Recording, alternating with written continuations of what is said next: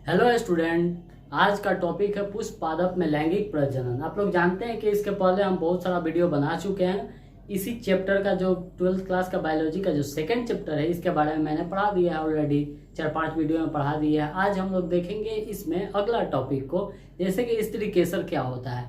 तो स्त्री केसर हम लोग जानते हैं, जो फ्लावर होता है, फ्लावर का फीमेल पार्ट को हम कहते हैं स्त्री केसर, मतलब जयांग, उसको जयांग बोला जाता है, स्त्री केसर बोला जाता है। जैसे कि इसके पहले हम बता देते हैं पीछे क्या पढ़ाए थे, उसको सबसे पहले रिकॉल करवा देते हैं क्या क्या था।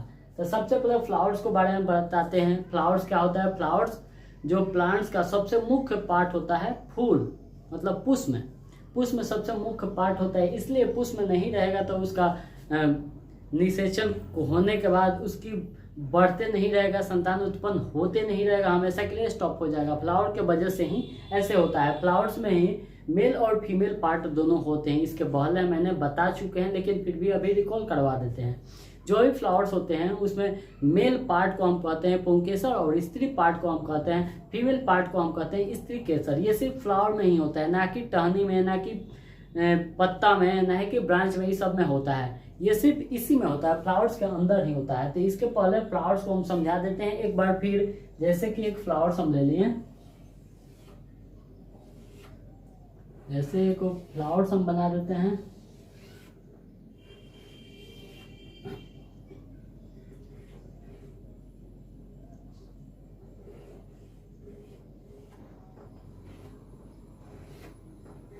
तो ये हो गया फ्लावर्स। इस फ्लावर्स को सबसे पहले समझते हैं। नीचे वाला हिस्सा को वृंत कहते हैं, वृंत बोला जाता है। फ्लावर्स के सबसे नीचे वाला हिस्सा को वृंत बोला जाता है। इसके ऊपर वाला हिस्सा को आसन बोला जाता है। जिसमें फ्लावर्स पुष्प में आसन करता है उसी को हम कहते हैं पुष्पासन।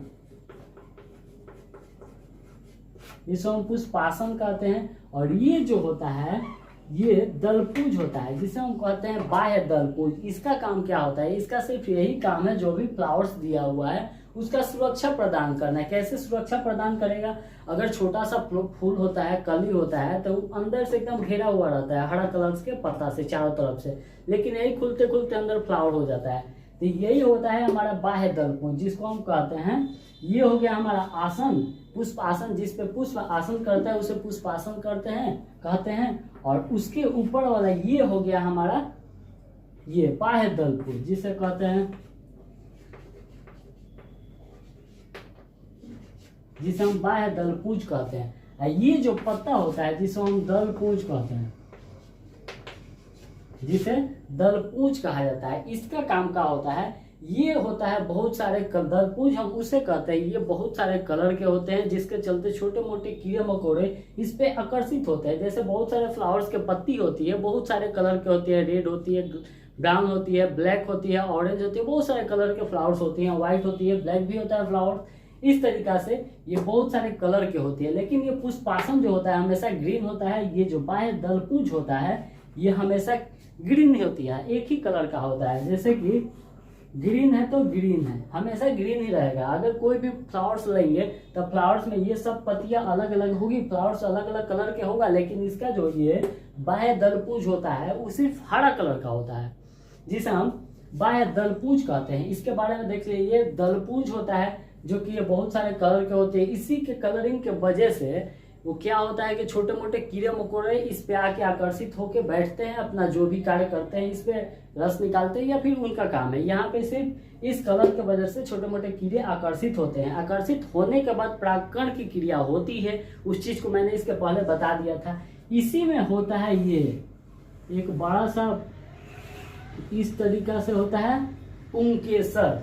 इसी में ये छोटा छोटा फूल होता है, जिसको कण होता है, इसी में छोटा छोटा कण होता है। यही छोटा छोटा कण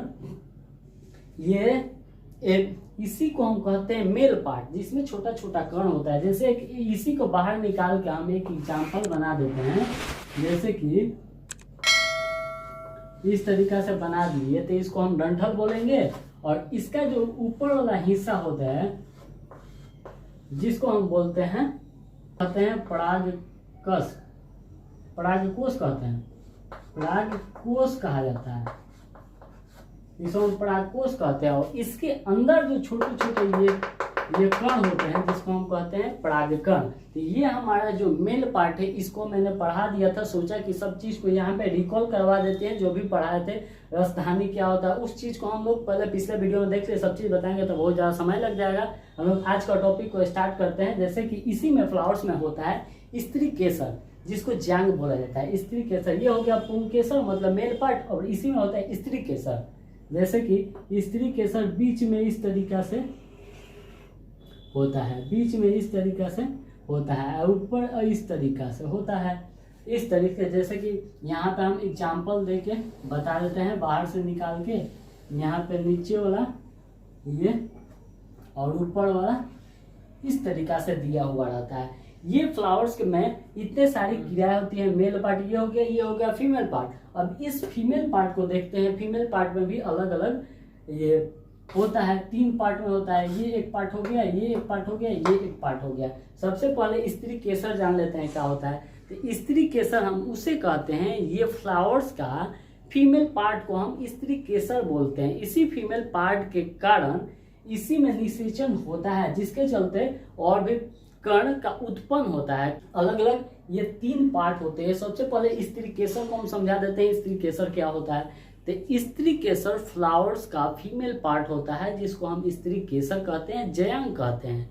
इसमें एक अंडप होते हैं, एक या एक से ज्यादा अंडप होती है। अगर वो एक होता है या फिर एक से ज्यादा अंडप होता है, अगर वो एक साथ एक दूसरे से जुड़ा हुआ रहता है, दोनों अंडप एक दूसरे से जुड़ा हुआ रहता है, तो उसको हम कहते हैं यूका अंडपी कहते हैं। एक दूसरे से जुड़ा हुआ रहता है तो उसे यूका अंडपी कहा जाता है। और वही एक दूसरे से अंडा एक दूसरे से जुड़ा हुआ नहीं रहता है, उसे कहते हैं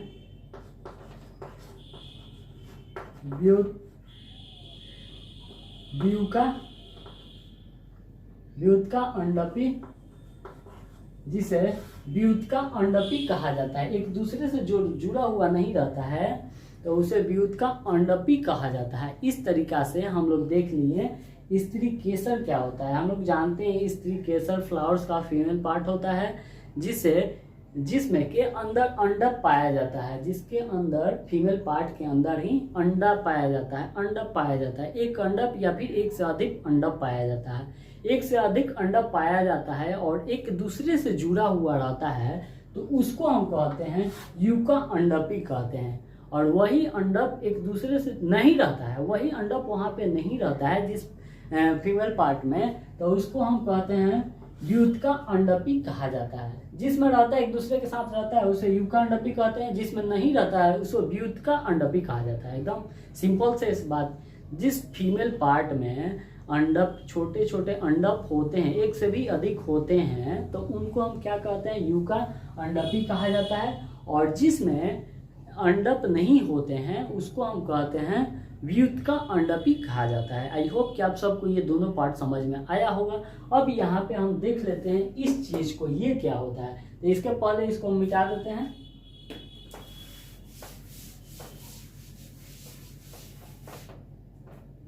तो यहाँ पे हम लोग देख लिए यूका अंडपी क्या होता है, व्युत्का अंडपी क्या होते हैं। इसके पहले भी मैंने बता दिया था, जो भी फ्लावर्स के बारे में हर चीज को रिकॉल करवा दिए थे, यहाँ पे रिवीजन करवा दिया। अब यहाँ पे हम लोग फीमेल का स्त्री केसर के बारे में देख लेते हैं क्या होता है।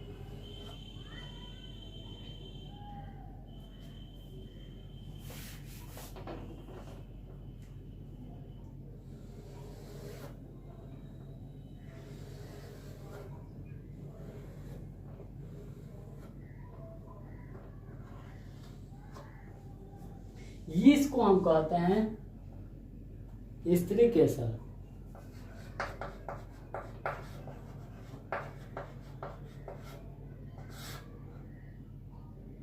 इसे हम कहते हैं स्त्री केसर। अब स्त्री केसर का भी जैसा फीमेल पार्ट जो है, इसका भी अलग अलग पार्ट होता है। स्त्री केसर का कितना पार्ट होता है, तो स्त्री केसर का 3 पार्ट होता है। तो एक पार्ट ये वाला हो गया, एक पार्ट ये वाला हो गया, बीच वाला एक पार्ट ऊपर वाला हो गया। अब इस पार्ट का नाम जान लेते हैं क्या होता है। सबसे नीचे वाला जो पार्ट है उसको अंडाशय से कहते हैं, जैसे ओवरी भी कहते हैं। अंडा से कहते हैं, जिसे ओवरी भी कहा जाता है। और इसके ऊपर वाला जो ये वाला हिस्सा है इसको हम कहते हैं अंडा से वर्तिका, जिसे वर्तिका कहा जाता है। और इसके ऊपर वाला ये जो हिस्सा होता है जिसको कहते हैं वर्तिकाग्र, वर्तिकाग्र। ये तीन होते हैं स्त्री केसर में, ये तीन पार्ट होते हैं, अंडाशय, वर्तिका और वर्तिकाग्र। अब इन तीनों के बारे में हम देख लेते हैं क्या होता है। तो हम लोग जानते हैं जो वर्तिका होता है ये स्त्री केसर का सबसे ऊपर वाला भाग होता है। सबसे ऊपर है यहाँ पे, मतलब स्त्री केसर का ये सबसे ऊपर वाला भाग होता है। इसका काम क्या होता है, कभी भी परागकण की क्रिया करता है। ये क्या करता है, वर्तिका का काम होता है परागकण की क्रिया होता है। ये स्त्री केसर का सबसे ऊपर वाला भाग है वर्तिका। और इस वर्तिका के निचला भाग को हम वर्तिकाग्र के नीचे वाला भाग को हम वर्तिका कहते हैं। वर्तिकाग्र के नीचे वाला भाग को हम वर्तिका कहते हैं। वर्तिका स्त्री केसर का सबसे ऊपर वाला भाग है। इसका काम है परागकण को अपने अंदर एक्सेप्ट करना, मतलब अपने अंदर लाना। इसका काम क्या होता है, परागकण को अपने अंदर लाना। कोई भी परागकण छोटा छोटा रहता है तो उसको किसी के माध्यम से, कीड़ा मकोड़े के जो भी छोटे छोटे कीड़े मकोड़े होते हैं उनके बालों में कण चिपक जाता है। जैसे पुंकेसर का छोटा छोटा जो कण होता है उसके पैरों में चिपक जाता है और वो आके यहाँ पे बैठ जाता है। तो यहाँ पे बैठने के बाद वो कण यहाँ पे गिर जाता है या फिर किसी कारण यहाँ पे चिपक जाता है। ये चुंबक के तरह अपने अंदर अट्रैक्ट कर लेता है वो छोटे छोटे कण को। जब अट्रैक्ट कर लेता है तो उसको कहते हैं परागकण की क्रिया। निषेचन की क्रिया जैसे मनुष्य में होता है, एक दूसरे से निषेचन होता है, एक दूसरे के करीब आते हैं तो निषेचन की क्रिया होती है। स्पर्म और अंडाणु एक दूसरे से मिलते हैं तो निषेचन की क्रिया होती है मेल मनुष्य में। वैसे ही फ्लावर्स में ये दोनों एक दूसरे से मिलते हैं तो यहाँ पे इसको परागकण की क्रिया कहते हैं। मनुष्य में निषेचन की क्रिया कहते हैं और फ्लावर्स में परागकण की क्रिया कहते हैं। तो ये आके यहाँ पे आ जाता है। आने के बाद ये अपने अंदर वर्तिकाग्र एक्सेप्ट कर लेता है। वर्तिका का बस इतना ही काम होता है और कोई काम नहीं होता है। इसका भी बहुत सारा लेयर होते हैं, उसको भी देखेंगे हम लोग। लेकिन इसके बाद ये होता है वर्तिका। वर्तिकाग्र का काम हो गया। अब आते हैं वर्तिका में। वर्तिका क्या होता है, वर्तिका स्त्री केसर का बीच वाला हिस्सा होता है। वर्तिका स्त्री केसर का बीच वाला हिस्सा होता है। ये अंडाशय के ऊपर वाला हिस्सा और वर्तिकाग्र के नीचे वाला हिस्सा को कहते हैं हम क्या, वर्तिकाग्र। वर्तिकाग्र के नीचे वाला हिस्सा को वर्तिका और अंडाशय के ऊपर वाला हिस्सा को वर्तिका कहते हैं। तो इसका काम क्या होता है, कोई भी परागकण होने के बाद जो छोटा कण होता है इसी के रास्ते से इसमें अंडाशय में आ जाना। इसी के रास्ते से अंडाशय के अंदर आ जाना। बस वर्तिका का यही काम होता है। इसका भी एक लेयर होता है, इसका भी लेयर होता है, उसको हम देखेंगे पार्ट बाई पार्ट करेंगे। तो वर्तिकाग्र के बारे में समझ गए, वर्तिका के बारे में समझ गए, इसका कार्य क्या होता है। जो भी कण होते हैं अपने रास्ते से यहाँ तक पहुँचाना, अंडाशय के पास तक पहुँचा देना, इसका काम बस इतना ही होता है। अब ये अंडाशय के बारे में देखते हैं, अंडाशय क्या होता है। तो अंडाशय को हम ज्यांग भी कहा जाता है। ये हो गया पूरा स्त्री केसर और ये हो गया हमारा ज्यांग। अब ज्यांग के बारे में देखते हैं। इसी के अंदर जो छोटे छोटे कण आते हैं इसके अंदर, तो यहीं पे ये भ्रूण का विकास ये भ्रूण हो जाता है। ज्यांग इसी के अंदर अपना ये छोटे छोटे कणों से विकास करने लगता है। वो जैसे कि माँ के गर्भ में एक दूसरे से निषेचन करने के बाद, फर्टिलाइजेशन होने के बाद जायोड बनता है। जायोड क्या करता है, घूम फिर के आ जाता है यूट्रस में। यूट्रस मतलब माँ के गर्भ में आ जाता है। यूट्रस में आने के बाद वहीं पे अपना क्रिया करने लगता है, मतलब यूट्रस में भ्रूण का विकास करने लगता है, छोटा से बड़ा होने लगता है। जब तक बच्चा पैदा नहीं होता तब तक उसे भ्रूण कहा जाता है। तो वैसे ही ये अपने अंदर ये कण आने के बाद ये विकास करने लगता है। भ्रूण जैसे मनुष्य में होता है वैसे ही इसमें विकास करने लगता है धीरे धीरे। हम लोग तो यहाँ तक समझ गए जो भी दिया हुआ है। अब यहाँ पे हम लोग देखते हैं ज्यांग का भ्रूणकोश एवं बीजांड के बारे में। मतलब ये नीचे वाला जो हिस्सा है इसके बारे में हम लोग पढ़ेंगे, मतलब ज्यांग। ज्यांग या भ्रूणकोश की संरचना,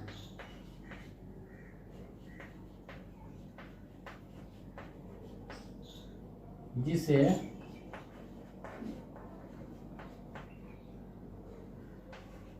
बीजांड भी बोलते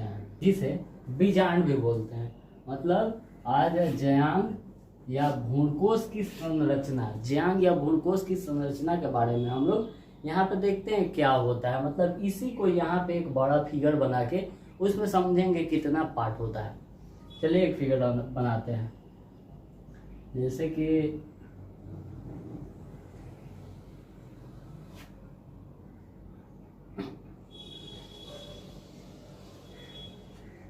ये हो गया।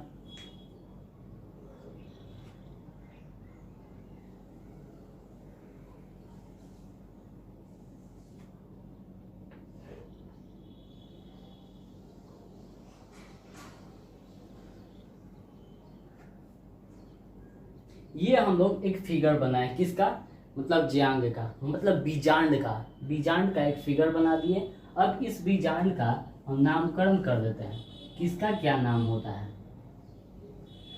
तो सबसे पहले यहाँ पे देखिए, ये हो गया एक, क्या है, ये एक बीजांड काय है, बीजांड वृत्त है। सबसे पहले हम इसको क्या बोलेंगे, हम इसको बोलेंगे बीजांड वृत्त, इसको हम बोलेंगे बीजांड वृत्त। अब ये बीजांड वृत्त का सबसे ऊपर वाला जो हिस्सा होता है, मतलब ये सबसे ऊपरी हिस्सा होता है, जिसको कहते हैं बाह्य आवरण, अध्यावरण, जिसको हम कहते हैं बाह्य अध्यावरण। और ये अंदर वाला जो ये पार्ट दिखाई दे रहा है, एक जैसे मान लीजिए कि कोई दीवार है, दीवार का एक तरफ, एक साइड का प्लास्टर व्हाइट होता है, एक साइड का प्लास्टर क्या होता है, कोई भी प्लास्टर, एक तरफ से व्हाइट पेंट कर दिए, एक तरफ से ब्लैक पेंट कर दिए, तो ये दोनों साइड का हो गया, मतलब दोनों साइड का एक नाम हो गया, एक तरफ का व्हाइट, एक तरफ का ब्लैक। तो इसी में एक तरफ का हो गया बाह्य अध्यावरण और अंदर वाला का हो गया अंतः अध्यावरण, अंतः अध्यावरण। तो सबसे पहले अध्यावरण के बारे में समझ लेते हैं क्या होता है। तो अध्यावरण उसे कहते हैं, जैसे कि कोई भी बीजांड उत्पन्न होता है, तो बीजांड का उत्पन्न होने के बाद एक एम्ब्रॉय बना लेता है, अध्यावरण बना लेता है, जिसके चलते अध्यावरण का सिर्फ काम रहता है कि जो बीजांड बना है उसका सुरक्षा प्रदान करना। जैसे कि सुरक्षा करना, जो भी एक बीजांड बन जाता है, मतलब वो तैयार होने लगता है, तो उसके उसी के हिसाब से एक अध्यावरण बन जाता है, उसके बाहरी परत, जैसे कि बाहरी झिल्ली बन जाता है, जिसके चलते उस बीजांड का सुरक्षा प्रदान होता है। तो यही होता है बाह्य अध्यावरण और आंतः अध्यावरण। इसी के चलते ये बीजांड जो होता है सुरक्षा रहता है, सुरक्षित रहता है, इसी को हम कहते हैं बीजांड वृत्त। ये तीनों का बीजांड वृत्त हो गया, या बाह्य अध्यावरण और आंतरिक अध्यावरण हो गया। और इसके बीच में ये जो संरचना है, इसका भी नाम है, इसका नाम है निभाग। इसका क्या नाम है, निभाग। जैसे कि मैंने दीवार वाला एग्जाम्पल बता दिया, दीवार वाला एग्जाम्पल में एक तरफ से व्हाइट प्लास्टर कर दिए, मतलब पेंट कर दिए, दोनों तरफ से प्लास्टर करके एक तरफ ब्लैक कर दिए। अगर हम सोच रहे हैं कि इधर से तो व्हाइट है और इसके दीवार के, ये दीवार तो ग्रीन है, इसके पीछे ब्लैक है, इधर ग्रीन और पीछे ब्लैक, तो इधर ग्रीन और पीछे ब्लैक है, तो दोनों के बीच में है तो क्या है, तो हम लोग जानते हैं दो दीवार, एक दीवार है, दीवार के बीच में क्या रहता है, प्लास्टर हो जाने के बाद ईंट रहता है। वैसे ही ये बाह्य अध्यावरण और अंतः अध्यावरण है, इसके बीच में क्या है, निभाग है, जिसके चलते ये क्या करता है, इस बीजांड का सुरक्षा प्रदान करता है। क्या करता है, बीजांड का सुरक्षा प्रदान करता है। अब इसके अगले भाग को हम लोग देख लेते हैं, क्या है,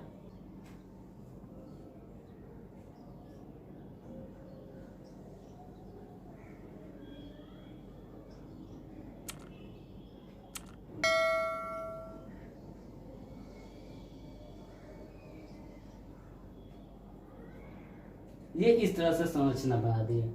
अब इसका भी नाम होता है।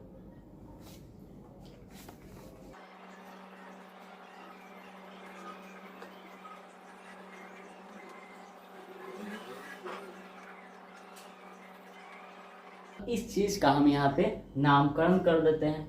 ये जो होता है, ये बीच वाला जो हिस्सा रहता है, इसको हम कहते हैं केंद्रीय कोशिका।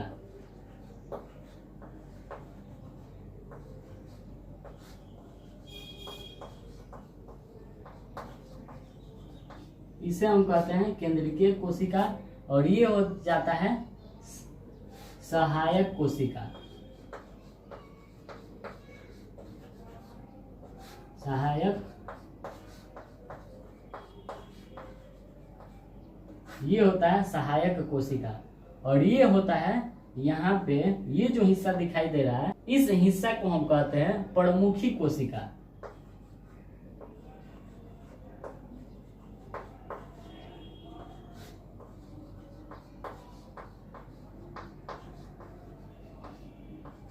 इसे हम क्या कहते हैं?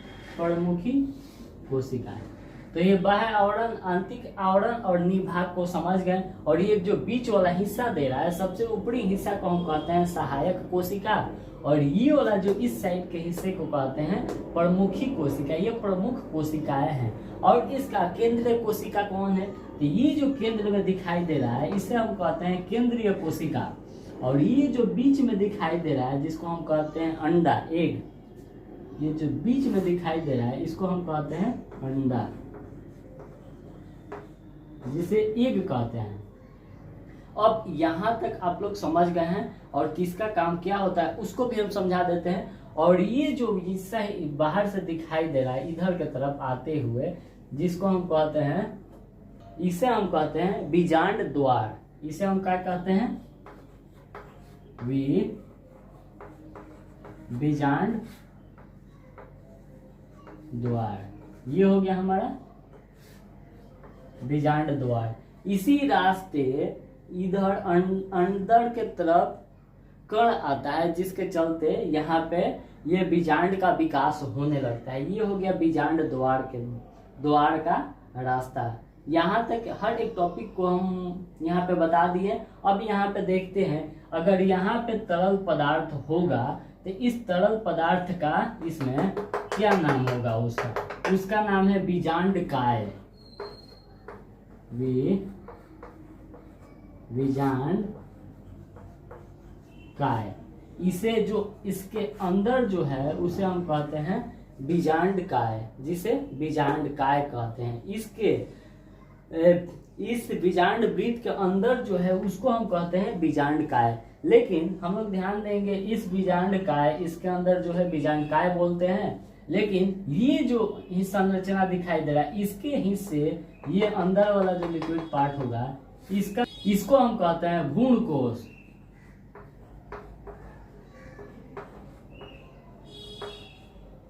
जिसको हम कहते हैं भ्रूण कोश, जिसे हम कहते हैं भ्रूण कोश। इसको इंग्लिश में एम्ब्रॉय भी बोला जाता है। यहाँ तक हर एक टॉपिक को यहाँ पे लिख दिए हैं और एक एक टॉपिक को यहाँ से हम समझाने का कोशिश करते हैं, जैसे कि कोई समझने में परेशानी नहीं होगी। यहाँ तक तो हर एक बीजांड काय के बारे में, बीजांड वृत्त के बारे में समझाया। बाह्य आवरण, आंतरिक आवरण क्या होता है और इसके बीच के संरचना होते हैं, जिसे निभाग कहते हैं। अब आ जाते हैं बीजांड द्वार क्या होता है। बीजांड द्वार उसे कहते हैं जो कि ये होता है अंडाशय, इसके ऊपर वाला हिस्सा होता है वर्तिका। वर्तिका से बीजांड द्वार जुड़ा रहता है। बीजांड द्वार का काम होता है, बीजांड द्वार एक रास्ता होता है। द्वार से ऐसे ही समझ में आ रहा है कि एक रास्ता है, जिसके चलते यहाँ से अगर कण आता है, जिसके चलते ये रास्ता होता है आने का, और इसके अंदर जाने का रास्ता हो जाता है बीजांड द्वार। तो यहाँ से ये एक रास्ता हो गया बीजांड द्वार, यहाँ से ये अंदर की तरफ आ जाता है कण, जिसके चलते यहाँ पे बीजांड का विकास होने लगता है। आई होप कि आपको बीजांड द्वार समझ में आया होगा किसे कहते हैं।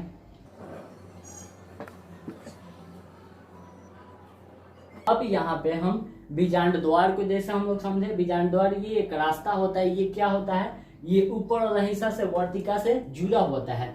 ये जिससे जुड़ा होता है इसके बीच का जो हिस्सा होता है जिसको हम कहते हैं नाभिका, ये जो बीच में जिससे जुड़ा रहता है इसको हम कहते हैं नाभिका। नाभिका जो है यहाँ पे होता है बीजांड द्वार में। बीजांड द्वार इससे और ऊपर वाला डंठल से इससे जुड़ा होता है, ये दोनों एक दूसरे से जुड़ा होता है जिसको हम कहते हैं नाभिका। इसको ऊपर लिखना चाहिए, बीजांड द्वार को यहाँ लिखना चाहिए, लेकिन इसको आप लोग एडजस्ट कर लीजिएगा। नाभिका से जुड़ा होता है, ऊपर से जुड़ा होता है जिसको कहते हैं नाभिका। और बीजांड द्वार जो होता है यहाँ से ये एक रास्ता होता है ये ऊपर से नीचे की तरफ आने का। अब यहाँ पे ये होता है अंडा, और यहाँ पे अंडा हो गया, ये हो गया केंद्रिका कोशिका, और ये जो होता है सहायक कोशिका होता है, ये होता है प्रमुखी कोशिका। ये सब चीज यहाँ पे सिर्फ कोशिका दिखाई दे रहा है, लेकिन इसके अंदर वाला जो लिक्विड पार्ट ये सब है उसको कहते हैं भ्रूणकोश। ये क्या होता है? भ्रूणकोश। और इसके अंदर बीजांड वृत्त के बीच का जो हिस्सा होता है जो खाली रहता है उसको हम कहते हैं बीजांड काय। इसको हम कहते हैं बीजांड काय। आई होप कि आप अध्यावरण समझे होंगे और नाभिका समझे होंगे और ये बीजांड द्वार समझे होंगे, ये तीनों चीज समझ गए होंगे। बीजांड वृत्त तो समझिए रहे कि बीजांड वृत्त के बारे में हम लोग पढ़ा रहे हैं यहाँ पे। अब यहाँ पे प्रमुखी कोशिका, केंद्रिका कोशिका और सहायक कोशिका, ये तीनों यहाँ पर है। सहायक करता है, प्रमुखी मुख्य है वहाँ पे, और ये केंद्रिका कोशिका केंद्र में रहता है। जो बीच वाला ये जो बिंदु दिखाई दे रहा है ये है अंडा, यही अंडा होता है। यहीं पे फिर अंडा एक दूसरे से सब मिलके यहाँ पे भ्रूण का विकास होकर बीजांड काय का कार्य करने लगते हैं, बीजांड बन जाता है यहाँ पे। तब यहाँ पे बीजांड काय भी समझ गए। यहाँ पे हर एक टॉपिक को मैंने बता दिया। अब थ्योरेटिकल मैंने बाह्य अध्यावरण और आंतरिक अध्यावरण तो बता दिया है। अब यहाँ पे ये बीजांड द्वार भी बता दिया, नाभिका भी बता दिया। अब यहाँ पे बीजांड काय के बारे में समझते हैं। बीजांड काय एक तरली पदार्थ होता है। ये क्या करता है, इससे ये जो भ्रूण है उसका विकास करने का काम रहता है। बीजांड काय का क्या रहता है, भोजन का उत्पत्ति करना है, मतलब इसमें ऊर्जा देना, उसमें भोजन देना, जिसके चलते इसका विकास होता है। बीजांड काय का ये एक तरली पदार्थ होता है जो कि इसमें विकास का कार्य करता है। ये बीजांड वृत्त के अंदर वाला पार्ट को हम कहते हैं बीजांड काय।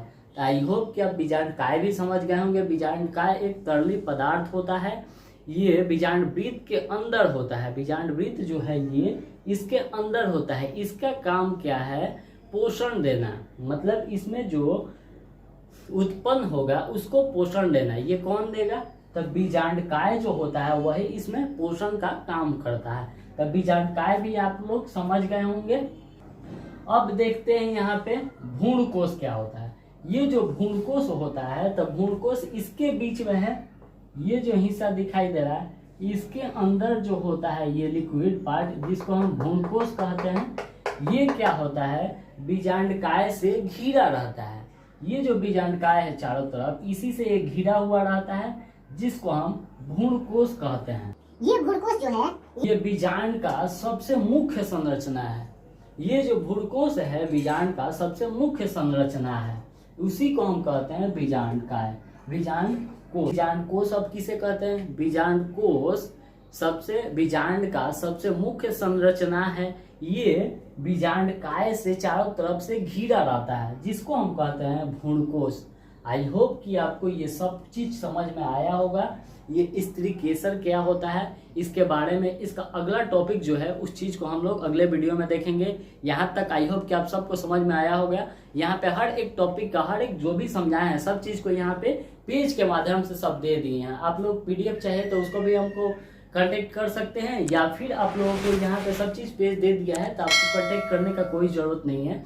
यहीं से आप लोग इसको स्क्रीनशॉट करिए, इसको समझिए, इसको भी स्क्रीनशॉट करिए, और यहाँ पे जितना भी पेज दिखाई दे रहा है इधर उधर उसको भी आप नोट्स से लिख सकते हैं। यहाँ तो सब कुछ समझा दिया, लेकिन नोट्स का जो जरूरत है नोट्स भी आप लोगों को प्रोवाइड कर दिए हैं जिससे कि कोई परेशानी ना हो आप सबको लिखने के लिए। ओके, तो यहाँ तक आई होप कि आप सबको समझ में आया होगा। अब मिलते हैं नेक्स्ट वीडियो में, तब तक के लिए अच्छे से रहो, सुरक्षित रहो और पढ़ाई करो। मिलते हैं अगले वीडियो में, बाय बाय।